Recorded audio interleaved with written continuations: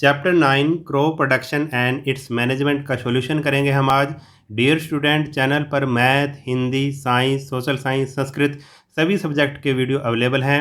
आप एक बार playlist check कीजिए, आपको सभी सब्जेक्ट की वीडियोस मिल जाएंगे और सभी सब्जेक्ट के वीडियोस का लिंक आपको इसी वीडियो की डिस्क्रिप्शन में भी मिल जाएगा। तो आप एक बार वीडियो की डिस्क्रिप्शन और प्लेलिस्ट को ज़रूर चेक करें। तो शुरू करते हैं चैप्टर 9 का सॉल्यूशन। इसका समथिंग टू नो में ए पार्ट है फिलिंग द ब्लैंक्स।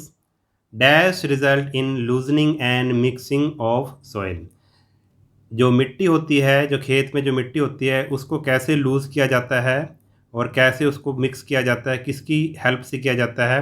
प्लोइंग। जब खेत में हल चलाया जाता है तो जो मिट्टी है वो लूज़ हो जाती है, ढीली पड़ जाती है और आपस में वो मिक्स हो जाती है। ठीक है, तो सबसे पहला जो स्टेप होता है हमारा, जब हम फसलें लगाना अगर चाहें कहीं पर खेत में, तो सबसे पहले हमें क्या करना पड़ेगा भाई? हल चलाना पड़ेगा और उस मिट्टी को लूज़ करना पड़ेगा और मिक्स करना पड़ेगा। सेकंड है dash compete with crop for nutrients. अब कौन क्रॉप के साथ कंपटीशन करता है? वो है वीड्स। वीड्स क्या होते हैं? वीड्स क्या होते हैं, जैसे हमने गेहूं की फसल लगाई, मान लो गेहूं की फसल किसान ने लगाई है और हम देखेंगे कि भाई जब पानी दे देंगे किसान उसमें, तो उसमें कुछ ऐसे पौधे भी होंगे जो अपने आप ही उग जाएंगे। किसान उन्हें नहीं चाहता कि वो पौधे उगें, मगर वो अपने आप ही उग जाते हैं वो पौधे गेहूं की फसल के अलावा। ठीक है, मैं एग्जांपल ले रहा हूँ गेहूं की फसल का। तो गेहूं की फसल के साथ कुछ पौधे अपने आप ही उग गए हैं। ठीक है, जैसे कि घास हो जाता है या फिर दूसरी जो वीड्स होती हैं वो उग जाती हैं। ठीक है, और वो जो घास वगैरह है या वीड्स है, ठीक है, वो क्या करती हैं? जो फसल के साथ कंपटीशन करती हैं। जैसे किसान ने अगर खेत में क्या किया है भाई, अगर खाद डाली है अपनी गेहूं की फसल के लिए, तो वो जो वीड्स हैं वो भी उस खाद को ले लेते हैं और फसल को नुकसान पहुंचाते हैं। ठीक है, तो वीड्स फसलों के लिए हानिकारक होते हैं, इसलिए उनको समय समय पर इनको किसान उनकी मतलब निकालना पड़ता है उनको समय समय पर। ठीक है, तो वीड्स कंपटीशन करते हैं क्रॉप्स के साथ न्यूट्रिएंट्स के लिए। थर्ड है dash bacteria present in the root noodles of dash plant help in fixing atmospheric nitrogen. ऐसा कौन सा बैक्टीरिया है जो नाइट्रोजन, जो एटमॉस्फेयर में जो नाइट्रोजन है उसकी फिक्सेशन करता है? तो इसका आंसर आएगा राइजोबियम बैक्टीरिया, उसका नाम है। और ये कहाँ पे होता है, ये कहाँ पे पाया जाता है बैक्टीरिया?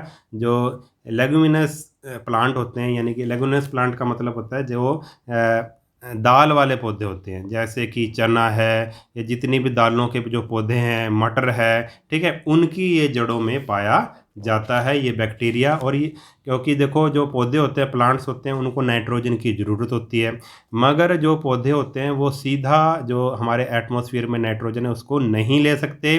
ठीक है, और ये जो राइजोबियम बैक्टीरिया होता है ये नाइट्रोजन का फिक्सेशन कर देता है, मतलब इस फॉर्म में कर देता है नाइट्रोजन को कि वो पौधे आसानी से ले सकें। ठीक है, मैं आपको दिखा देता हूँ। जैसे देखो ये मुतारक है, देखो ये रूट्स हैं, मान लो किसी लेगुमिनस प्लांट की रूट्स हैं। इसके अंदर क्या होता है? रूट नूडल्स इन लेगुमिनस प्लांट, इसके अंदर नूडल्स पाए जाते हैं और उसके अंदर क्या होता है? ये बैक्टीरिया पाया जाता है। ठीक है, और इसी का काम है नाइट्रोजन को फिक्स करना, यानी कि इस नाइट्रोजन को इस फॉर्म में बदल देना कि उसको पेड़ पौधे आसानी से ले सकें। अब आगे है हमारे पास फोर्थ है harvested grains are dash to reduce moisture content. जो हार्वेस्टेड ग्रेन्स, हार्वेस्टेड का मतलब जब हम फसल को काट लेते हैं, जब मान लो गेहूं की फसल थी, गेहूं की फसल को हमने काट लिया, तो वो क्या हो जाएंगे भाई? गेहूं के जो दाने हैं, ग्रेन्स हैं, ठीक है, उसको क्या किया जाएगा? क्योंकि देखो जिस भी फसल में मॉइस्चर होगा, जिस भी मतलब आप कह सकते हैं जैसे गेहूं गेहूं है, चावल है या दूसरी कोई भी चीज़ है, दाल है, उसमें मॉइस्चर होता है। ठीक है, यानी कि नमी होती है, कुछ पानी की मात्रा होती है। तो उस नमी को हमें पहले क्या करना पड़ता है, ड्राइड करना पड़ता है, सुखाना पड़ता है। अगर हम फसल को जो ग्रेन्स हमें मिले हैं अगर उसको अच्छी तरह से सुखाएंगे नहीं तो फिर वो जो हमारी जो फसल हमें प्राप्त हुई है वो ख़राब हो सकती है। तो मॉइस्चर को रिड्यूस करने के लिए, मॉइस्चर को कम करने के लिए हमें जो हार्वेस्टेड ग्रेन है, जो हमने फसल प्राप्त की है, उसको अच्छे से ड्राइड करना पड़ता है, सुखाना पड़ता है। फिफ्थ है removal of anthers from the flowers is known as. जो फ्लावर्स में से एंथर्स निकाले जाते हैं, आपने एक्सप्लेनेशन वाले वीडियो में देखा होगा कि एंथर्स क्या होते हैं, मैंने करवाया था। ठीक है, तो फ्लावर में से जो एंथर्स निकाले जाते हैं उस प्रोसेस को क्या बोलते हैं, उसको बोलते हैं एमेस्कुलेशन। ठीक है, तो इसका आंसर होगा एमेस्कुलेशन। अब बी पार्ट है इसका, मैच द फॉलोइंग। मैचिंग करनी है हमने। सबसे पहले सिकल, सिकल से किसकी मैचिंग होगी? देखो सिकल का काम क्या होता है, सिकल का काम होता है फसलों को काटने में ये हेल्प करती है। आपको दिखा देता हूँ सिकल क्या होती है। सिकल अगर हिंदी में बोले तो दराती होती है। ठीक है, ये चीज़, ठीक है, इससे क्या किया जाता है भाई, फसलों को काटा जाता है। पुराने समय में जो किसान थे वो इसी से काटते थे, मगर अब क्या आ गई हैं भाई, मशीनें आ गई हैं। मशीनों की हेल्प से जो बड़े बड़े किसान हैं अब कंबाइन हार्वेस्टर की मदद से फसलों को काटते हैं। ठीक है, तो सिकल का काम क्या है, हार्वेस्टिंग यानी कि फसल कटाई में हेल्प करना। दूसरा है भाई ट्रैक्टर। ट्रैक्टर क्या करता है, ट्रैक्टर करेगा प्लोइंग, प्लोइंग। ठीक है, प्लोइंग यानी कि हल चलाने का अब काम कौन करता है, ट्रैक्टर करता है। शुरू में जो छोटे किसान हैं, ठीक है, या कई जो एरियाज़ होते हैं वहाँ पे हल चलाने का, देखो अब ये बैल हैं, ठीक है, बैलों की जोड़ी है और पीछे ये हल लगा हुआ है, इससे हल मतलब खेत जोता जाता था, प्लोइंग ऐसे की जाती थी। ठीक है, मगर अब क्या आ गया भाई, ट्रैक्टर के पीछे हल को मतलब उसके अंदर हल होता है। ठीक है, तो उससे अब की जाती है प्लोइंग। अभी भी कई हमारे भारत में कई जगह पर बैलों का यूज़ किया जाता है, मगर अब ट्रैक्टर का यूज़ अब अधिकतर होता है। आगे है हमारे पास सीड ड्रिल। सीड ड्रिल का काम क्या होता है, सीड, सीड का मतलब क्या होता है, बीज। ठीक है, जब ये बुआई में मदद करती है, जब बीज बोया जाता है। ठीक है, तो इसका आंसर आएगा सोइंग। ठीक है, सोइंग का मतलब होता है बीज बोना।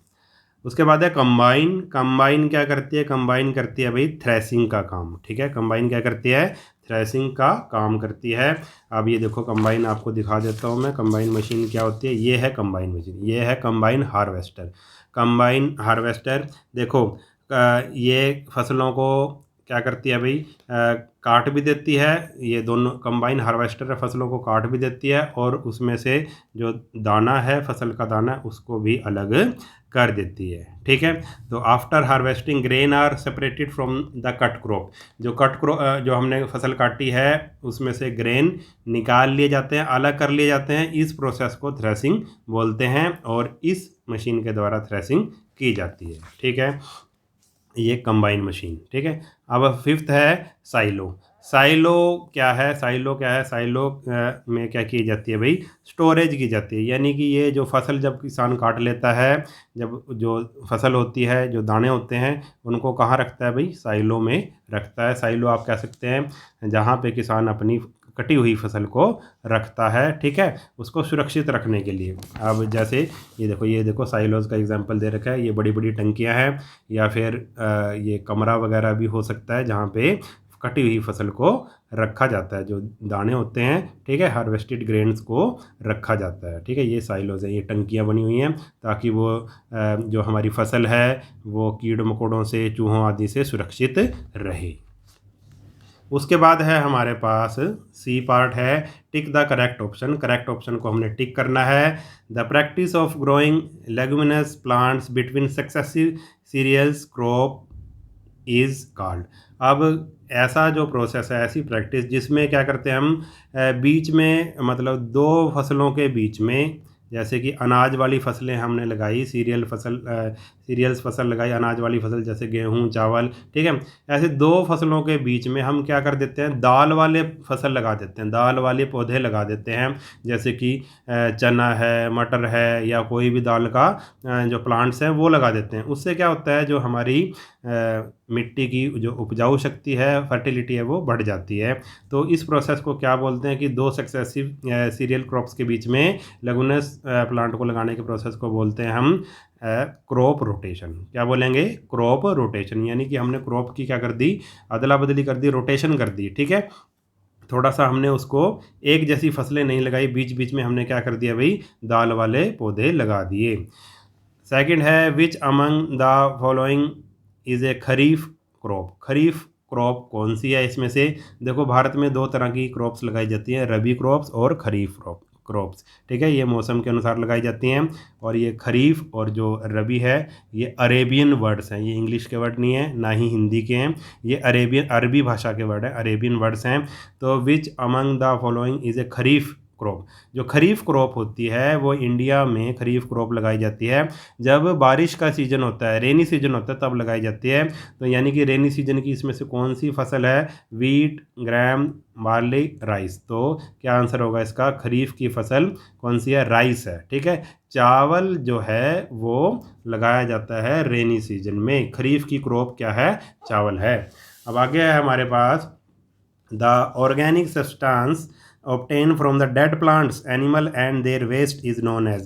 ऐसा ऑर्गेनिक सब्सटेंस जो हमें डेड प्लांट से मिलता है, एनिमल से मिलता है और वेस्ट एंड देयर वेस्ट। ठीक है, जैसे मान लो कोई प्लांट मर जाता है, ठीक है, या फिर कोई एनिमल मर जाता है, तो उसके गलने सड़ने से हमें एक खाद मिलती है। ठीक है, उसको बताना है हमने क्या चीज़ है। या फिर जो एनिमल के जो वेस्ट हैं, गोबर वगैरह है, ठीक है, उससे वो बनती है चीज़, तो उसको क्या बोलते हैं? मैन्योर, क्रम, चैफ, फर्टिलाइज़र। तो इसका आंसर होगा मैन्योर। ठीक है, जिसको हम ऐसे कह सकते हैं कि ये क्या है? देसी खाद है। ठीक है, जैसे गोबर वगैरह से जो खाद बनती है। ठीक है, तो उसको बोलेंगे मैन्योर। फोर्थ है the process of separating grain from chaff is known as. Process of separating grains, जो ग्रेन्स हैं, जो दाने हैं, हमारे अनाज है जो, उसको चैफ का मतलब होता है भूसा, भूसे से जो अलग करने का जो प्रोसेस होता है उसको क्या बोलते हैं?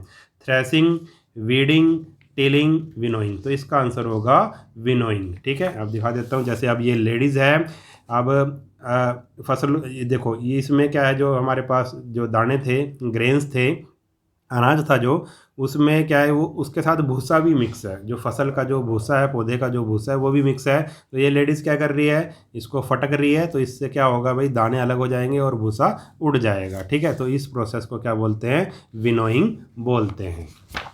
आगे हमारे पास फिफ्थ है crop which are grown during the rainy season are known as. अभी अभी मैंने आपको बता ही दिया। वैसे ऐसी क्रॉप जो रेनी सीजन के दौरान लगाई जाती हैं, वर्षा ऋतु के दौरान जो लगाई जाती हैं, उनको क्या बोलते हैं हम?